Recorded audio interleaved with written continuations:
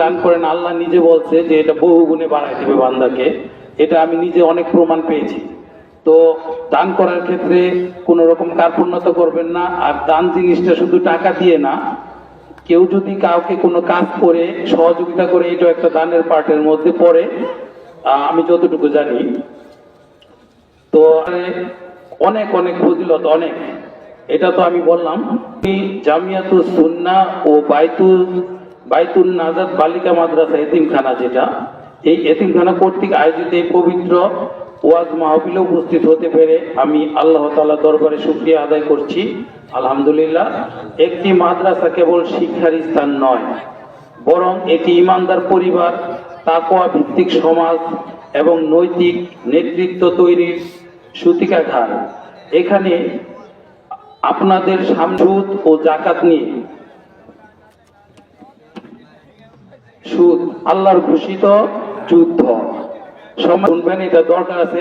সুদের আপনারা যদি ওই সব সাইড থেকে ফিরে আসেন তাহলে দানের ব্যাপারে মন বড় হবে, কারণ ওই সঞ্চিত টাকাগুলি তো সুদে বিভিন্নভাবে ইনভেস্ট হয় না, তাই না?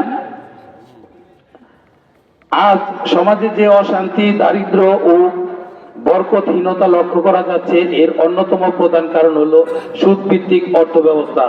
আল্লাহ তাআলা পবিত্র কোরআনে বলেন, যদি তোমরা সুদ পরিহার না করো তবে আল্লাহ ও তার রাসূলের পক্ষ থেকে যুদ্ধের ঘোষণা শুনে নাও।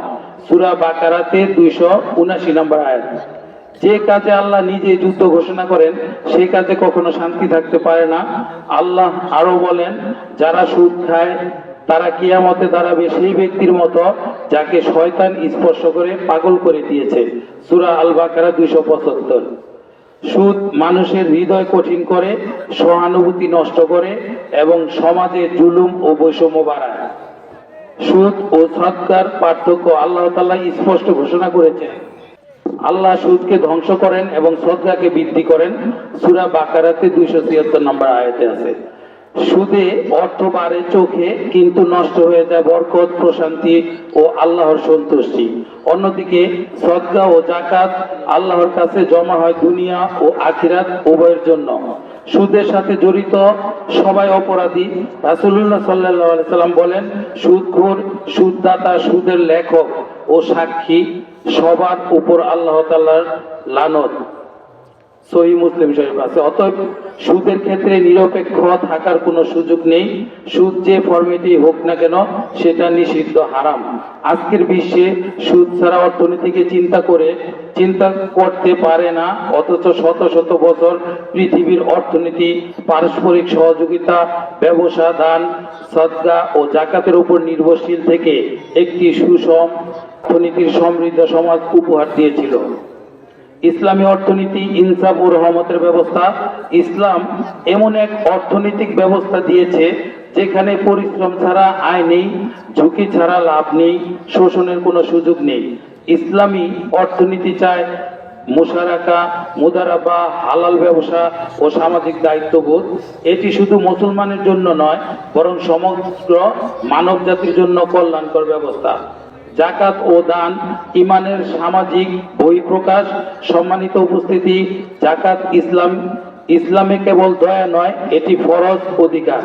আল্লাহ তাআলা বলেন, যাদের সম্পদ থেকে যাকাত গ্রহণ করে তাদের সম্পদ থেকে যাকাত গ্রহণ করো, এর মাধ্যমে তুমি তাদেরকে পবিত্র ও পরিশুদ্ধ করবে। সূরা আত-তাওবা 103 নম্বর আয়াত।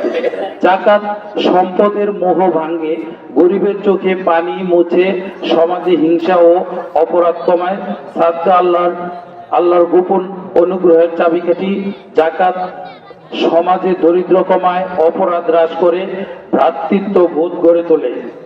আজকের এই মাহফিল থেকে আমরা অঙ্গীকার করি, সুদের লেনদেন থেকে সম্পূর্ণ দূরে থাকব, যাকাত সঠিকভাবে আদায় করব, বাইতুন নাজাত বালিকা মাদ্রাসা এতিমখানা ও অন্যান্য দিনী প্রতিষ্ঠানে সহযোগিতা করব। মাদ্রাসায় দানে মানে সদকায়ে জারিয়া, চিরস্থায়ী নেকি। হে আল্লাহ, আমাদেরকে সুদ ও হারাম থেকে হেফাজত করুন, আমাদের রিজিককে হালাল ও বরকতপূর্ণ করুন, আমাদের কন্যাদের ইলম, আমল ও তাকওয়া উন্নত করুন। এই মাদ্রাসাকে কিয়ামত পর্যন্ত হিদায়াতের বাতিঘর বানান। সর্বশেষে একটি কথাই বলতেছি, দানের বিকল্প নাই। ইহকালে আপনি যা অর্জন করবেন এই দানে আপনাকে, সেটা নিজের জন্য হোক, বাবা মার জন্য হোক, সদ্গায় দাঁড়িয়ে হোক, যেভাবে হোক, যেহেতু এই মাদ্রাসাটা সম্পূর্ণই বিনা অর্থে পরিচালিত, যেটা কোনো টাকা পয়সা নেওয়া হয় না, লিল্লা বোর্ডিং। তো এখানে 70 জন স্টুডেন্ট এখন আছে পড়াশোনার মধ্যে। তো তাদের খাওয়া, তারপরে যারা শিক্ষা দিচ্ছে তাদের সম্মানী ভাতা, এরপরে পড়াশোনার অন্যান্য খরচ, যেহেতু আপনাদের সবার সহযোগিতা নিয়ে এটা হয়, তো আমি আশা করব আজকেই সব ঘোষণা দিয়ে দিতে হবে, বিষয়টা এমন না। আসলে 10-এর লাঠি 1-এর বোঝা। আমরা যার যার সাধ্য মতো, এখন না হোক পরে, কিন্তু মাদ্রাসাটার প্রতি সুনজর রাখবেন, এটাই আমি আশা করব। আর আমিও মন প্রাণে আমার যতটুকু সাধ্য, ইভেন আমার আশেপাশে যারা আমার সাথে উঠা বসা করে, আমার যে কমিউনিটি, আমি সবার কাছ থেকে এই মাদ্রাসার জন্য সহযোগিতা আশা করি এবং আমি এর ব্যাপারে সর্বাত্মক পাশে